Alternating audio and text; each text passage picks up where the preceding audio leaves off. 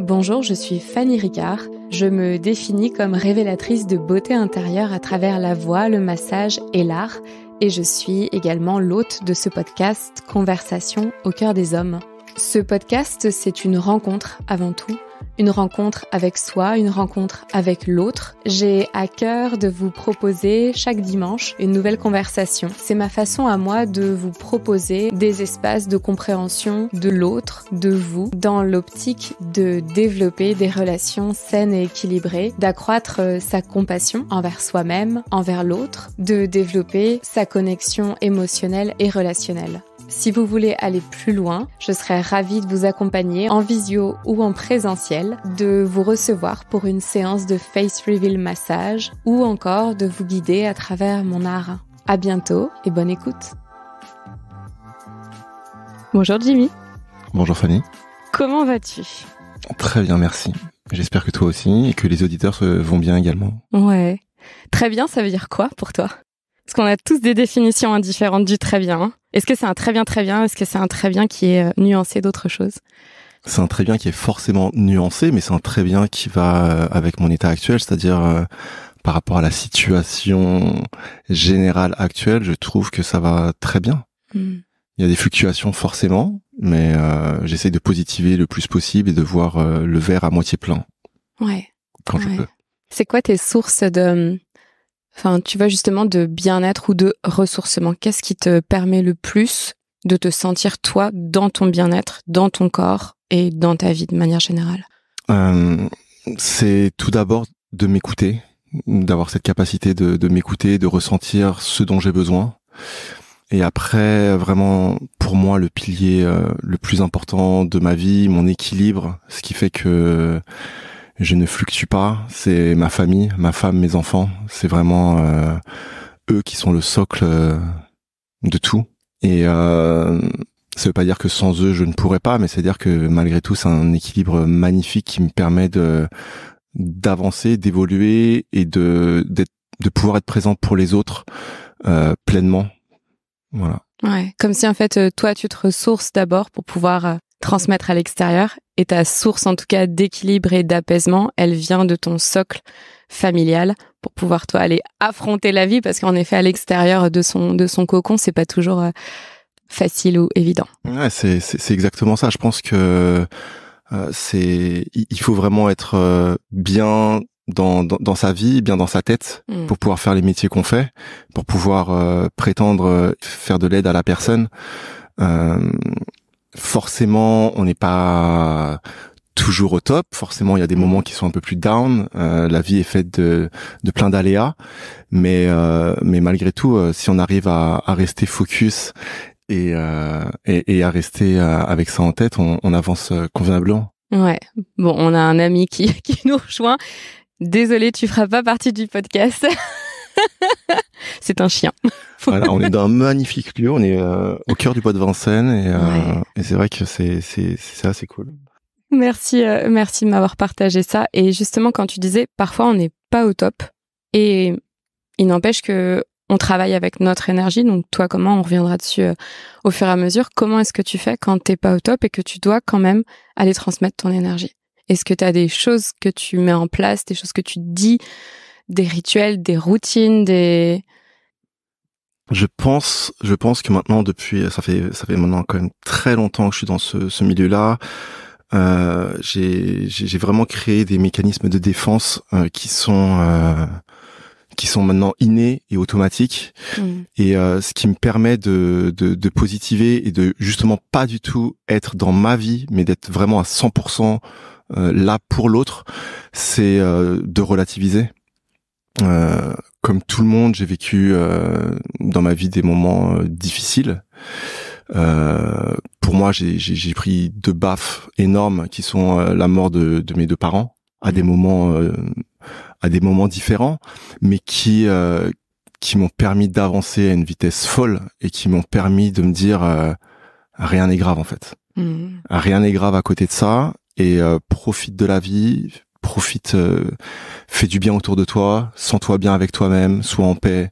C'est pour ça que le discours que je partage avec mes enfants, c'est le bonheur, être heureux, ne pas dire du mal des gens. Forcément, il y a des gens avec qui on va pas s'entendre, mais passez pas de temps avec eux, passez du temps avec les gens que vous appréciez, et voilà.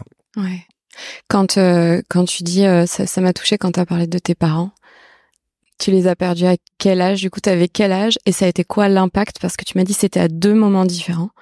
Ça a été quoi l'impact de la première perte et comment t'as géré ça? Et après de la deuxième perte, et comment tu l'as géré? La première, ça a été ma mère, avec qui j'avais une relation qui était vraiment très très forte, assez fusionnelle. Elle est décédée à 58 ans, moi j'en avais 27. Et en fait, pour moi, ça a été un cataclysme. Et ça, je suis passé par des phases un petit peu différentes. Au début, j'ai eu beaucoup de haine, de ne pas comprendre pourquoi elle avait une hygiène de vie qui était vraiment bonne et enfin idéale. Elle était un peu, je pense que le mal qui l'a rongé, c'est le stress, qui est le mal qui ronge énormément de gens aujourd'hui. Et en fait, j'ai très très très rapidement réussi à transformer cette haine que j'avais contre je ne sais qui, contre l'univers. Les gens vont dire, mais j'aime pas, c'était contre l'univers. J'avais une rage, une haine en moi, et j'ai réussi à transformer cette rage, cette haine en un amour inconditionnel que j'arrive aujourd'hui à transmettre dans tout ce que je mets en place, dans les massages, dans le coaching, dans les programmes de bien-être que je mets en place. C'est vraiment pour moi la base, c'est c'est l'amour. La deuxième perte, donc, ça a été mon père. Mon père est décédé. Il était plus âgé. Lui, il avait 79 ans. Ma mère, c'était il y a presque 17. Ouais, ça fait longtemps maintenant. Ça fait 17 ans. Mon père, ça fait... je suis pas fan des dates. Je retiens pas trop les dates. Je sais pas, c'est 3 ans, je pense, quelque chose comme ça. Pareil, ça a été hyper dur parce que je l'ai pas vu venir, en fait, parce que je pensais pas du tout qu'il allait décéder. Et en fait, en voulant lui souhaiter une bonne année, j'ai pas réussi à le contacter, et voilà, c'est passé pompier, tout ça, et au final il était décédé chez lui. Et pareil, mon père, c'est un ancien athlète de haut niveau, culturiste. Il avait une hygiène de vie vraiment très très bonne. Il faisait vraiment très attention à lui. Et donc voilà, ça m'a permis, tout ça m'a vraiment permis de me dire, waouh, la vie est courte. Vraiment, la notion de temps est relative pour tout un chacun, mais pas de temps à perdre. Et en fait, ce pas de temps à perdre, je le mets vraiment en place, et je conseille à tout le monde de le mettre en place à son niveau, à tous les niveaux, que ce soit au niveau personnel, au niveau professionnel. Les choses vont vite. Osez, vous avez pas grand chose à perdre. Osez évoluer, osez changer, osez apprécier ce que vous avez, osez être bien avec vous-même. Il y a beaucoup de personnes aujourd'hui qui, dans les relations personnelles, amoureuses, vont très rapidement changer, au moins, tu vois, dès qu'il y a un petit souci. Voilà, ça fait 11 ans maintenant que je suis avec ma femme. Ouais, comme je te le dis, pour moi, c'est un équilibre qui est vraiment, qui me permet d'être vraiment bien aligné avec moi-même. Et je pense que c'est important aussi d'essayer de trouver, si on pense que c'est la bonne personne, de trouver les points d'ancrage, les points qui font que on va de l'avant ensemble, on continue, on se parle, on communique. Et tu vois, ce qui est paradoxal, c'est que je te dis ça, et moi, je suis quelqu'un qui parle pas beaucoup. Je suis dans ma relation, je suis pas quelqu'un qui parle énormément, je suis pas quelqu'un qui me confie. Là, je te parle de mes parents, je parle aux auditeurs de mes parents, alors que je suis pas quelqu'un, toi, mes amis proches, j'en parle très rarement avec eux. Ouais. Et mais c'est ma façon d'être avec moi-même. C'est un peu paradoxal, mais je pense que le mot paradoxe, c'est quelque chose qui me définit très bien, et je suis très bien avec ça. Ouais. Et c'est important de se connaître, de s'accepter, et d'avancer. T'étais quel genre d'enfant quand t'étais petit? T'avais un monde intérieur très vivant, ou c'était plus vers l'extérieur? Je ressens en fait que, peut-être je me trompe, mais t'avais un monde intérieur très très très présent, peut-être avec beaucoup de créativité, et surtout avec beaucoup de sensibilité, et c'est pas forcément facile de l'exprimer en fait à l'extérieur. Alors si on se replage pas quand t'avais 10 ans, tiens, je sais que tes enfants ont 10 ans, t'étais quel genre de garçon? Alors je suis comme mes enfants, j'avais beaucoup d'énergie. j'ai pas forcément des souvenirs très très très précis. J'étais donc assez actif. J'étais beaucoup dehors. Je faisais beaucoup de sport. Beaucoup avec les autres. J'ai toujours été un leader dans mes groupes de copains. J'ai jamais voulu suivre le moule, suivre les tendances. J'ai toujours voulu amener et faire des choses, proposer des choses. Et je pense que cette sensibilité, je l'ai toujours eue. J'ai toujours fait des câlins à ma mère. Je la prenais dans mes bras jusqu'à tout le temps, toute sa vie. Aujourd'hui, je garde ça avec mes enfants et mes enfants ont ça également, c'est-à-dire qu'on se fait des câlins. Tu vois, encore ce matin, je les ai accompagnés à l'école, devant l'école, alors qu'il y a plein d'enfants qui partent, qui veulent pas voir leurs parents. Moi, ils me font des hugs et tout. Et tu vois, je trouve ça juste génial. Mais le rapport à ma sensibilité proche, et pas le fait de la maîtriser, mais le fait de la comprendre, il est venu beaucoup plus tard. Il est venu après mes premiers amours, il est venu vraiment plus tard. Je pense qu'il est arrivé vers 20 ans. Ok. Ouais, 17-18 ans après mes premiers amours. Ouais. Ouais. Premiers amours, ça c'est intéressant. Alors ça, on n'en a jamais parlé avec aucun de mes invités encore à ce jour, mais trop intéressant de connaître l'impact du premier amour sur justement sur la vie d'un homme. Qu'est-ce que ça change? Parce que de moi, ce que je peux voir, tu vois, du domaine des relations, etc., je trouve que les femmes, on a l'habitude d'être tristes en amour, en relation, et tu vas pleurer, ce sera affreux, et c'est comme si on nous apprenait que de toute façon, on serait triste, etc. Et l'homme, je trouve que son premier amour, c'est comme si, je sais pas, il l'oubliait jamais, ou ça crée un truc, mais extrêmement fort, là où moi, je peux pas dire ça pour moi. C'est plutôt un ensemble de relations.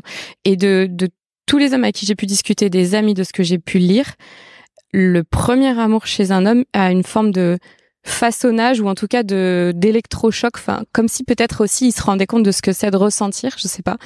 Et je voulais savoir, toi, vu que tu me dis que ça a aussi réveillé tes émotions, est-ce que tu peux partager ce que ça a créé en toi, ce premier amour, et ce que ça t'a permis? Parce que moi, ce qui m'intéresse, c'est aussi le côté enseignement. Qu'est-ce que t'en as appris? Qu'est-ce que t'en as tiré sur toi? Et après aussi sur comment mieux relationner aussi, quoi. Déjà, je pense que j'entends des podcasts, j'écoute des podcasts, et moi, je suis pas du tout le genre de personne à faire des généralités, à dire on en que avait parlé de ça. Les hommes sont comme ça, que les femmes sont comme ça. Personnellement, je pense que j'ai un côté féminin qui est énorme, qui est vraiment énorme. Que j'assume totalement, je suis tellement en phase avec ça, je suis tellement bien. Tu vois, quand tu me parles de premier amour, j'ai envie de te dire que moi, mon premier amour, ça a été un amour platonique. C'était ma première amoureuse, tu vois, quand j'étais au collège. Et il m'a marqué. Et après, mon premier vrai amour, qui était beaucoup plus tard, celui auquel j'ai porté plus d'importance. En fait, ce qui m'a construit, c'est la rupture. Et pourquoi on a rompu, et comment s'est passée la relation. Et ça m'a pas conditionné, mais ça m'a fait grandir. Ça m'a fait grandir sur les relations, ça m'a fait grandir sur énormément de choses. Et je pense que de toute façon, dans la vie, on ne fait que apprendre, on ne fait que grandir. La vie est magnifique pour ça. C'est parce que justement, elle est un enseignement permanent, perpétuel, et que on a à apprendre tout le temps de tous. Et c'est ce qui rend les choses si belles, en fait. Ok. T'es pas allé en J'ai pas répondu à la question. Je vois, tu veux que je t'en dise plus, mais sincèrement, je veux pas, mais je sentais qu'il y avait autre chose. Mais après, si c'est, franchement, sincèrement, pas tant que ça. Ouais. Non, c'est... En fait, si tu te replaces, toi, à l'intérieur de toi, justement, de ressentir toutes ces émotions, tu vois, que t'as pu ressentir au moment de la rupture, en effet. Moi, je sais pas, je peux pas me placer dans ton corps ou dans ton être à cette époque-là, et j'essaie juste de comprendre qu'est-ce que ça crée, en fait, à l'intérieur de toi, qu'est-ce que ça a créé, et ça a été quoi ton émotion la plus forte, et du coup, est-ce qu'elle vient en parallèle avec la haine que t'as pu ressentir à tes 27 ans? Est-ce que c'est une émotion qui revient, alors, haine, colère, est-ce que c'est elle qui se manifeste en premier? Est-ce que c'est cette émotion-là? Et est-ce qu'elle masque de la tristesse ou d'autres choses, tu vois? Déjà, c'était il y a beaucoup plus longtemps que lorsque j'avais 27 ans. Et J'ai pas eu la même haine que j'ai eu que lorsque j'ai perdu ma mère. Ça a rien à voir. Ah non, mais c'était pas la même. Je parlais juste en termes de degré. Intensité, tout ça, non, ça avait rien à voir. Et même si j'étais jeune, j'ai toujours su que je suis jeune et que je vais passer par des déceptions et que non, j'ai très vite j'ai très vite accepté ça. Je pense que j'ai aussi une mémoire qui fait que j'ai pas une mémoire hyper précise des faits. En fait, je pense que je me souviens des faits, mais que les faits ont un impact sur moi, m'ont fait évoluer. Et en fait, j'évolue en fait. Et l'état dans lequel j'étais avant, c'est l'état d'avant. Et le passé, c'est le passé. Et il faut pas le renier, mais c'était ce que j'étais avant. C'est ce qui a fait ce que je suis aujourd'hui. Mais je reste pas en fait sur mes états passés. Et c'est vrai que je suis quelqu'un d'assez introspectif, qui me pose pas mal de questions, qui me remet beaucoup en question. Une fois que l'introspection est faite, une fois que je pense voilà, aller de l'avant et pas rester sur ce qui m'a fait mal ou pas me mettre forcément en cause, tu vois, me dire que c'est les aléas de la vie, que c'est comme ça, et qu'il y a des choses que tu peux gérer, il y a des choses que tu peux pas forcément gérer, et que il faut continuer. Et ce qui est vachement intéressant justement sur le côté, tu vois, introspection et avancer, là où moi ça me fait un effet miroir, c'est que plein de fois on m'a dit mais du coup Fanny, comment t'as fait pour changer de vie et c'était quoi tes étapes? Et en fait, je suis incapable de te le dire. Je peux te prendre des points clés où je sais qu'il s'est passé là, ça, telle chose, etc. Mais pouvoir en fait communiquer sur ce que j'ai vécu il y a 5 ans et comment je m'en suis relevée, pour moi c'est pas possible parce que c'est pas une chose.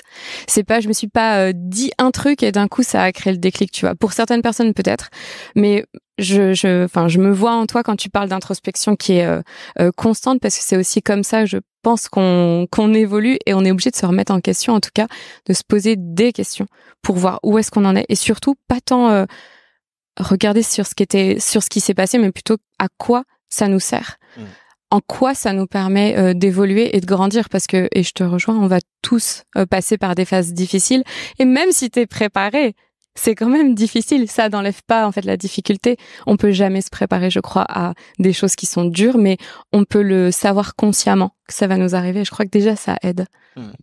Et après, je te parle d'introspection. Certes, il y a eu une introspection, mais pas que. On a la chance de vivre dans une société où t'as quand même beaucoup de gens qui ont du savoir. Je suis entouré de personnes qui sont juste magnifiques, lumineuses, hyper bienveillantes, qui sont pas là pour juger, mais pour te donner leur point de vue. Et tu vois, c'est hyper important. Et donc parler à des gens de confiance, parler à des gens qui permettent de t'élever, de comprendre, lire des livres.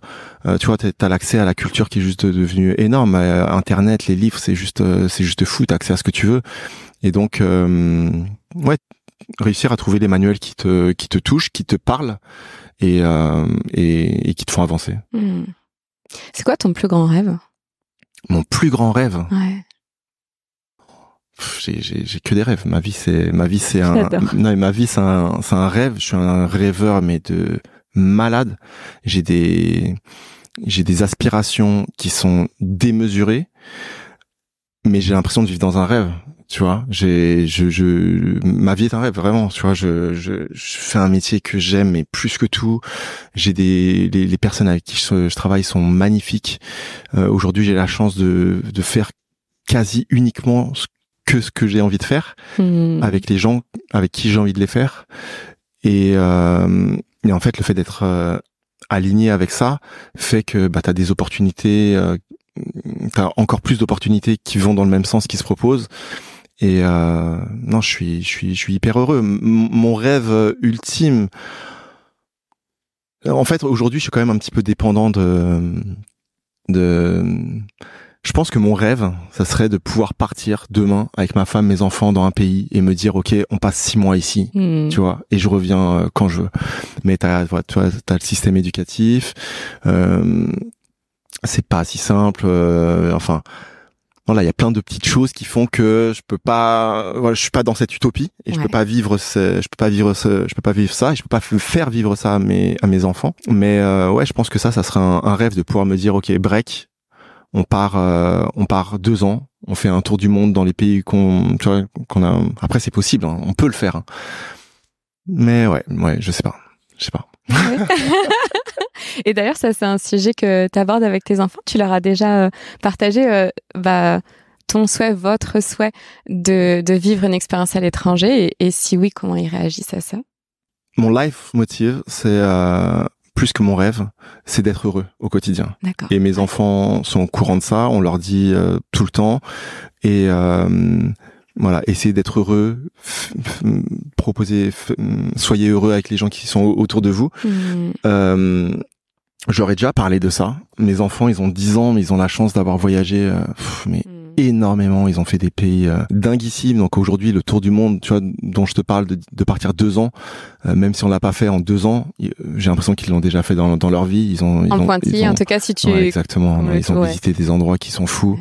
Ouais. Ils ont la chance d'avoir, tu vois, rencontré des cultures qui sont tout autres. Et en fait, ce que j'admire en eux, c'est qu'ils ont cette capacité à être bien partout, en fait. Tu vois, je m'en fais vraiment pas pour mes enfants parce que ils sont smart. Tu vois, ils sont vraiment, mais classe, intelligence émotionnelle, tu vois, ils savent se positionner, ils comprennent les gens, ils se sentent bien, ils peuvent parler à tout le monde hyper aisément. Et ouais, je trouve que c'est une magnifique qualité. Ouais. Oui, donc en fait, ils seront adaptables et peu importe, puisqu'ils sauront que c'est pour le bonheur, en tout cas le fait d'être heureux, ensemble, ce sera compris. C'est trop intéressant parce que quand tu parles de smart, oui, moi j'entendais intelligence émotionnelle. Avant, bien sûr, ils ont un cerveau, bien sûr, et je suis sûre qu'ils l'exploitent très très bien, mais l'intelligence émotionnelle, je crois que c'est un truc dans notre génération, à nous, c'est pas quelque chose qui a été forcément mis en avant, c'était plus les notes à l'école, etc. Et je vais parler juste de mon expérience. Je pense que pour mes parents, ils se disaient, de toute façon, on leur donne des valeurs à nos filles et ça va le faire. Ce qui est important, c'est l'école, etc. Avec le recul, aujourd'hui, moi, je me rends compte que je peux avoir manqué de justement cette valorisation de mon être au détriment du faire. Et je trouve ça toujours incroyable, en fait, de voir des parents qui élèvent des enfants avec une mise en valeur. Et c'est vraiment ce mot-là que j'ai envie d'employer, mise en valeur de leur talent inné, des choses qu'on peut pas leur enlever. Et en effet, tu vois, qu'on puisse les déraciner, les changer d'école, les changer d'environnement, ou qu'ils vivent des choses qui sont pas forcément évidentes. Ils ont cette forme de sécurité intérieure qui fait que ça, on peut pas leur enlever. Donc, dans tous les cas, ils sauront rebondir. Et merci, vraiment, merci de le faire. Je suis d'accord avec toi, mais tu vois, malgré tout, notre génération et la génération de mes enfants, il y a eu de l'évolution au niveau des parents. Ouais. Mais au niveau du système éducatif, il n'y a pas une évolution qui est dingue. Et le système éducatif est toujours ce qu'il est. Il valorise toujours les notes et donc j'ai la chance pour le coup d'avoir ma femme qui les suit vraiment bien et qui est derrière eux au niveau des devoirs beaucoup et qui fait que ils apprécient, ils aiment parce que ils voient qu'en travaillant ils ont des bons résultats. Donc c'est génial. Mais c'est vrai que tu vois, on est même nous, même notre génération, t'as beaucoup de monde qui est dans le work hard, tu vois, travailler dur. Et moi, je suis vraiment dans le work smart, tu vois. C'est travailler intelligemment. Rencontre les bonnes personnes, fait les bonnes propositions. C'est bien de vouloir travailler. Enfin, tu vois, des gens qui passent leur vie à travailler et quand ils arrivent à la retraite, ils décèdent quelques années après. Moi, dans mon entourage proche, j'en ai pas mal. Et c'est pas du tout ma façon de concevoir la vie. C'est, tu vois, encore une fois que je te le dis, si on peut être heureux au quotidien, profiter de chaque instant, tu vois, sans être dans quelque chose d'utopique, tu vois, parce que la vie te ramène vite quand même à une réalité qui est celle qu'elle est, mais ouais, prendre du plaisir à passer des moments simples, tu vois, comme une balade dans un endroit comme le bois de Vincennes, comme tu vois, juste ce matin avec mon fils, on a fait un jeu de société avant d'aller à l'école, il était content, et tu vois, c'est des toutes petites choses hyper simples qui fait que tu crées du bien, du lien, et et qui te font que toi tu te sens bien et qui font que au final tu peux être plus présent et plus à même de faire des choses qui sont bien pour toi, pour les autres et est-ce que c'est pas d'ailleurs ça le challenge de l'être humain, tu vois, d'apprendre à être heureux alors qu'on est limité dans notre corps, mais illimité dans notre amour, dans notre capacité à connecter, dans notre énergie, dans notre âme. Et je pense que c'est peut-être ça aussi, tu vois, c'est vraiment capter au quotidien les petits bonheurs, parce que c'est une utopie de croire que comme dans une relation que tout sera rose, ou de croire que la vie est éternelle, ou de croire que, enfin tu vois, en fait arrêter avec ces mythes qui font qu'on est malheureux. Excuse-moi de te couper, on est limité en quoi, Fanny? Tu dis on est limité dans notre corps, parce qu'on a une enveloppe corporelle que je peux pas en un claquement de doigts aller à 16 000 kilomètres. C'est en ça que je dis qu'on est limité, et puis aussi parce qu'on va pas vivre 300 ans dans ce corps-là.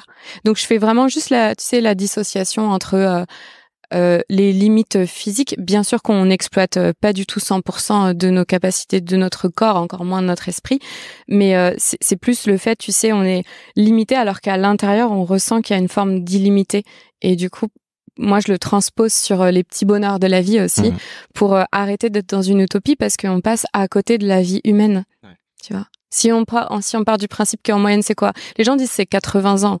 Moi, j'ai des exemples, t'en as aussi. J'ai des exemples, c'est beaucoup, beaucoup moins.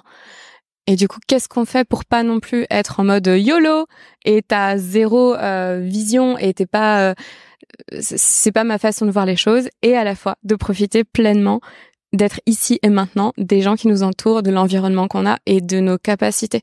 Tu vois, quand on est en pleine santé et qu'on est mal, alors oui, on a le droit d'être mal, il y a pas de souci. Mais aussi peut-être se rendre compte que on peut switcher, quoi. On peut switcher. La santé mentale, c'est pas un mythe, c'est hyper important. On peut avoir un impact direct.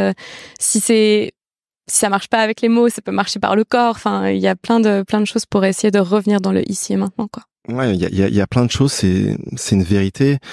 Maintenant, il faut. On est aussi dans une société où t'as énormément d'inputs qui te sont toute la journée mis au visage, tu vois, enfin aussi bien sur les réseaux sociaux que sur tu vois, justement avoir cette vie parfaite, tu vois, t'as beaucoup de gens qui se disent mais arrêtez de me parler de ça, je veux pas, moi, enfin c'est trop compliqué pour moi d'avoir cette vie parfaite, mais au final c'est pas forcément avoir une vie parfaite, mais c'est juste avoir une vie équilibrée avec ce que tu peux faire dans ta vie, avec ce que la vie te permet, avec tes capacités, qu'elles soient physiques, qu'elles soient émotionnelles, financières, tu vois. C'est aussi réussir à se décrocher un petit peu de tout ce qu'on nous dit, de tous les diktats de il faut être comme ci, il faut être comme ça, enfin tu vois, les gens ils suivent tellement les modes, et tu vois, je vais pas du tout renier ça, c'est pas du tout problématique, et je leur en veux pas, mais enfin il y a beaucoup de gens qui s'écoutent pas forcément profondément, mais qui sont influencés en fait, tu vois, et c'est normal d'être influencé, parce que avec tout ce qu'on te montre à longueur de journée, que ce soit au niveau publicité, que ce soit au niveau à tous les niveaux en fait, c'est très difficile de pas être influencé, mais je pense que faire la part des choses et savoir ce qui est vraiment bon pour toi, ce qui est vraiment bon, ouais, pour ta construction, pour ton bien-être et pour le bien-être des gens qui sont autour de toi, c'est hyper important, mais c'est pas évident, et c'est bien qu'il y ait des gens comme toi qui font du conseil, de l'aide à la personne, tu vois, au niveau psychique, au niveau émotionnel. Après c'est des mots qui vont pas forcément parler à tout le monde, mais c'est important d'essayer de se mettre en phase avec soi-même et d'être à même de se comprendre. Tu vois, de s'entendre, de savoir nos besoins, de comprendre nos besoins. Comment est-ce que toi, tu entends à l'intérieur de toi quand c'est juste, quand c'est vibrant? Comment est-ce que tu sais que c'est juste pour toi, que tu dois y aller, que ça vient de toi et que ça vient pas de l'extérieur? Est-ce que ce sont des ressentis corporels? Est-ce que c'est des mots? Est-ce que c'est des images? Est-ce que c'est un mix de tout ça? Encore une fois, je t'ai dit que j'étais quelqu'un hyper paradoxal. Et enfin non, je t'ai dit que j'étais paradoxal. Maintenant, je suis hyper paradoxal. Voilà. Là, t'es monté dans le cran. Ouais, non, parce que je m'entends et parce que je vis aussi en phase avec cette société. Tu vois, je sais que la société fonctionne comme ça. C'est encore, tu vois, c'est le work smart, c'est comprendre dans quel milieu tu vis, dans quoi tu vis, et pas l'utiliser, mais ouais, l'utiliser. En fait, utiliser les codes de la société pour faire ton chemin et pour aller de l'avant. Tu me demandes comment je fais pour savoir quand c'est bon. En fait, je suis comme tout le monde, en fait. Ce qui me permet, la meilleure façon de savoir que c'est pas bon, surtout, c'est quand t'as un échec. Tu vois? Et je pense que l'échec il y a rien de plus formateur que l'échec. Après, c'est pas du tout ce que j'objecte. Je vise le succès. Mais l'échec fait partie du chemin. Et il est plus ou moins grand. Et c'est même pas forcément un échec, en fait. C'est une redirection. Ouais, une redirection où c'est une déconvenue. Tu vois, tu pensais que, mais non.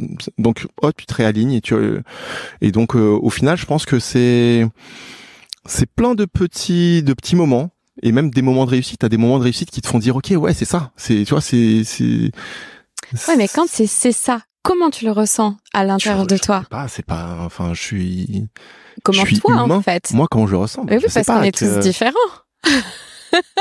Est-ce que c'est dans ton ventre? Est-ce que c'est dans tes tripes? Enfin, du coup, ventre, tripe, pour moi, c'est la même chose. C'est la même chose, en fait. Est-ce que c'est dans ton cœur? Est-ce que c'est... C'est partout, en fait. C'est ventre, cœur, tête. En fait, c'est un alignement, en fait. Tu sais, tu sens. Je suis vachement dans le ressenti, tu vois. Je suis vachement dans l'intuition. Je suis quelqu'un de... Et quand mon intuition est bonne, j'en suis convaincu, en fait. Après, quand t'as une conviction et que cette conviction s'avère ne pas être vraie, t'as une désillusion. Mais rares ont été les désillusions parce que justement, quand j'ai des convictions et quand je suis vraiment convaincu de quelque chose, c'est qu'en général, ça se fait, quoi. Je sais pas. Tu vois, je viens dans ma tête avant d'être justement dans le ressenti. Je viens j'ai fait que des études scientifiques. Tu vois, je suis très pragmatique à la base. Ouais. Je suis très dans je crois ce que je vois. Ouais. Dans l'homme. Tu vois, on vient de l'évolution, dans le darwinisme et tout ça.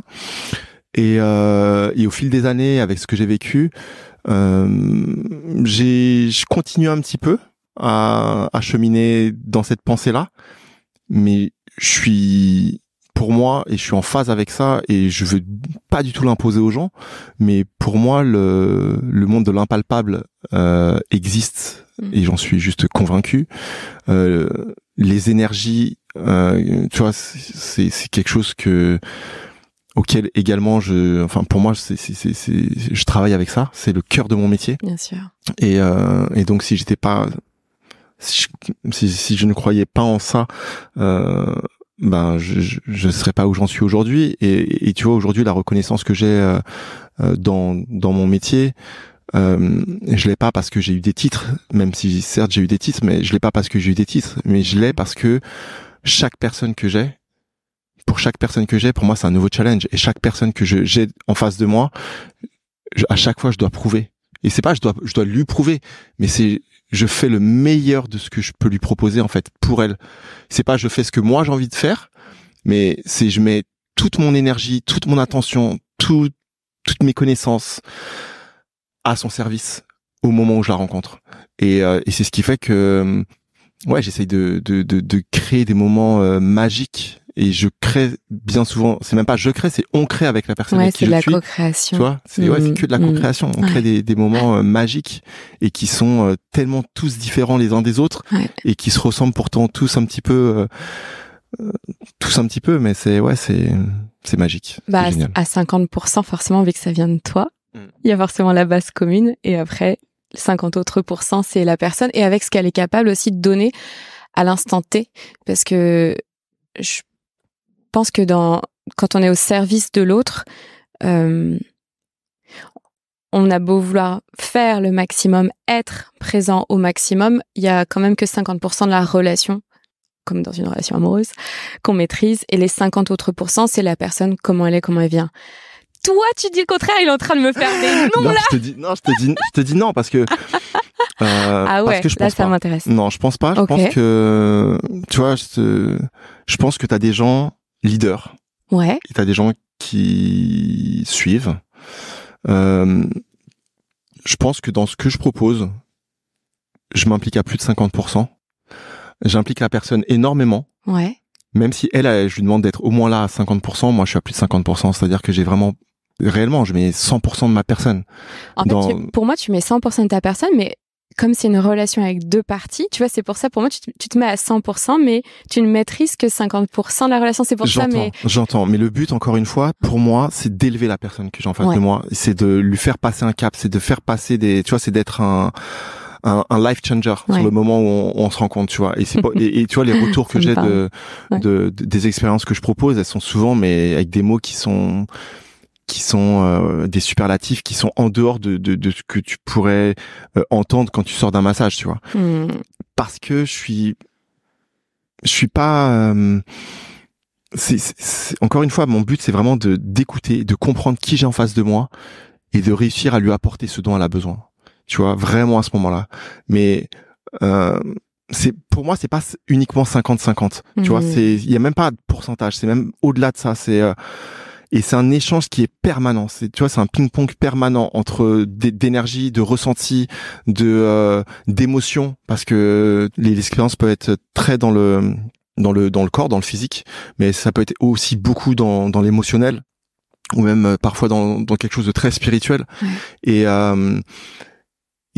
quand tu sens que tu aides la personne à passer un cap, à ce qu'elle s'élève et à ce qu'elle se comprenne elle-même, tu vois, à ce qu'elle ressente en elle des choses qu'elle a pas ressenties depuis, tu vois, qui sont enfouies, tu dis, ok, c'est ouf.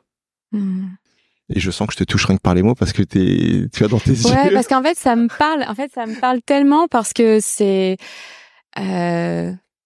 juste, on a une approche qui est différente, mais je t'en parlerai après. Je vais de plus en plus vers le corps, parce que corps et esprit sont tellement liés. Mais du coup, quand tu parles de life changer, quand tu parles de sentir le tip point, en fait, où tu vois que la personne, elle passe ça, c'est merveilleux. C'est à la fois du côté quand tu le ressens, quand tu le reçois, et à la fois quand tu le transmets. Je trouve ça incroyable. Et la question qui me venait juste en parallèle de tout ça, tu vois, c'était, du coup, t'as une approche très caring et t'es un giver, quoi. Je sens que tu donnes beaucoup. Est-ce que quand on donne beaucoup, c'est facile de recevoir? Je suis pas un giver. Ah, le paradoxe encore. Je suis pas un giver et je suis pas quelqu'un qui donne uniquement. OK? Ouais. Et en fait, tu vois, chaque expérience que je propose, j'ai une discussion avec la personne avec qui je vais vivre cette expérience et avant chaque massage, je dis bien à la personne, c'est pas moi uniquement qui vais vous donner et qui vais vous apporter des choses, mais je suis dans l'échange. Vraiment. Et j'ai besoin que la personne, elle soit pas attentiste, mais qu'elle soit pleinement dans le moment, pleinement présente pour que justement je puisse capter ses énergies, je puisse capter qui elle est afin de lui proposer quelque chose. Mais pour moi, c'est vraiment cette notion d'échange est plus importante que cette notion de don.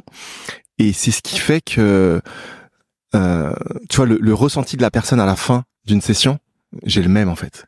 Et ce qui fait que moi, ça me procure un apaisement, un bien-être, mais qui est tellement jouissif et plaisant que ouais, je me fais du bien à moi-même, tu vois.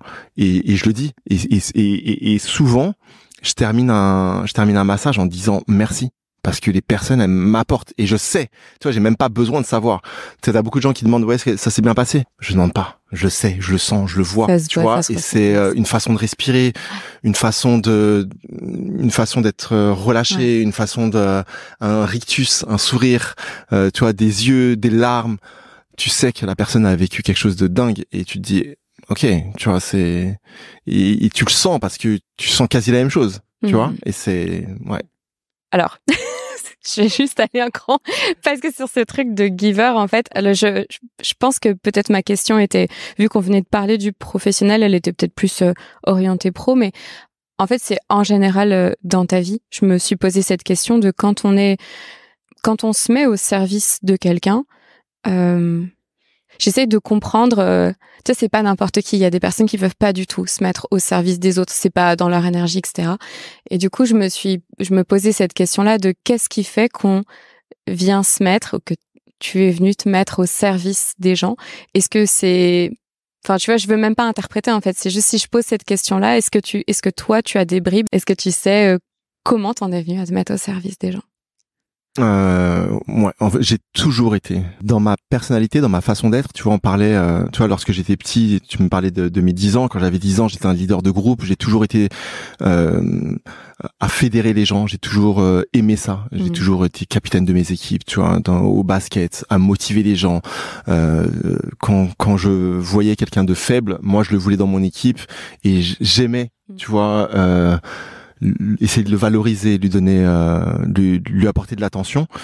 Après, tu vois, j'ai fait énormément j'ai un parcours divers, mais j'ai toujours été dans le care, tu vois. Un de mes premiers métiers à 17 ans, j'ai passé mon BAFA et j'étais, tu vois, animateur de colo. Après, mes parents travaillaient dans un hôpital. Mon père était prof de sport dans un hôpital. Ma mère, elle travaillait dans un hôpital, elle faisait de la recherche. Ils se sont rencontrés dans ce milieu-là. Donc, c'est un milieu dans lequel j'étais baigné, le milieu, tu vois, hospitalier. Et donc, j'ai vu ça. Et en fait, petit, j'étais aussi... je me satisfaisais de peu en fait, tu vois, et j'avais des facilités à l'école, donc j'en faisais pas plus ça serait bien que mes enfants écoutent pas ça, mais j'en faisais pas plus qu'il n'en fallait. Et j'ai été très rapidement, j'ai suivi l'orientation de mes parents, et donc j'ai été dans l'hospitalier. J'ai fait des cours d'infirmier, tu vois, assez tôt. Après, j'ai travaillé en parallèle, je travaillais comme aide-soignant. Tu vois, j'ai travaillé avec des enfants en pédiatrie. J'ai travaillé en gériatrie. Une fois que j'ai eu mon diplôme, je me suis dit, est-ce que je veux vraiment faire ça? Tu vois, là, c'est là que j'avais 27 ans. Ouais, quand j'ai perdu non, un peu avant. J'avais 24 ans. Et en fait, je me suis dit, est-ce que tu veux vraiment vivre de ça? Parce que tu vois, je me suis aussi rendu compte que l'époque avec laquelle on vivait, que le métier d'infirmier était pas évident, que tu avais un salaire qui était pas du tout valorisé pour la responsabilité que tu avais. Et donc j'ai passé un diplôme de pédicure podologue. Donc je suis également pédicure podologue, c'est un diplôme que j'ai passé en 3 ans et demi. Et en fait, une fois que j'ai eu mon diplôme, pendant mes années d'études, j'ai perdu ma mère, et là je me suis dit, est-ce que je veux vraiment faire pédicure podologue, tu vois? Ouais. Et là je me suis dit non, je vais vivre de ce que je veux vivre. Et en fait, je masse depuis l'âge de mes enfants, tu vois. Pas des massages d'1 heure, mais j'ai toujours touché, j'ai toujours su que par le toucher, je pouvais apporter du bien. Et en fait, ouais, plus que donner, en fait, ce qui m'anime aujourd'hui, c'est de transmettre. Et c'est ce qui me fait plaisir, et c'est pour ça que je suis là aujourd'hui. Et je suis pas uniquement là pour donner, je suis aussi là pour recevoir, tu vois, de par tes questions. Pour moi, c'est un enseignement, tu vois. Et la vie, comme je te l'ai dit, c'est transmettre et recevoir. Et c'est ouais, t'apprendre de tout le monde, et c'est rencontrer des gens, tu vois, que tu sens bien. On se connaissait pas, on s'est appelé. Ouais. J'ai bien aimé ta vibe, ton énergie, et c'est pour ça que je suis là aujourd'hui. Et en fait, tu vois, les gens que je côtoie, que je rencontre, c'est que des gens qui sont comme ça, qui pour moi sont positifs, qui pour moi, enfin voilà, si t'es pas bien dans ta vie, c'est pas pour ça que je vais pas te voir. Au contraire, enfin, être positif, ça peut pas forcément dire être bien. Bien sûr. Ça veut dire être bienveillant, tu vois, être bon, avoir un bon fond, même si tu peux avoir des idées noires et être mal, mais voilà, t'as peut-être besoin de quelqu'un qui t'aide justement à aller mieux, à te comprendre un petit peu plus en profondeur, à savoir pourquoi t'as ce mal-être. Et ouais, ce qui me fait vibrer aujourd'hui, c'est ça, c'est le transmettre, c'est le partage, c'est la découverte. Et ouais, j'ai aujourd'hui la chance de faire ces métiers-là un peu partout dans le monde, à rencontrer des communautés qui sont totalement différentes, à rencontrer des clients qui sont totalement différents, et voilà. Ouais, parce qu'en fait, tu vois, quand justement, c'est trop intéressant que tu sois revenu sur cette partie-là de ta vie et de ton parcours, parce que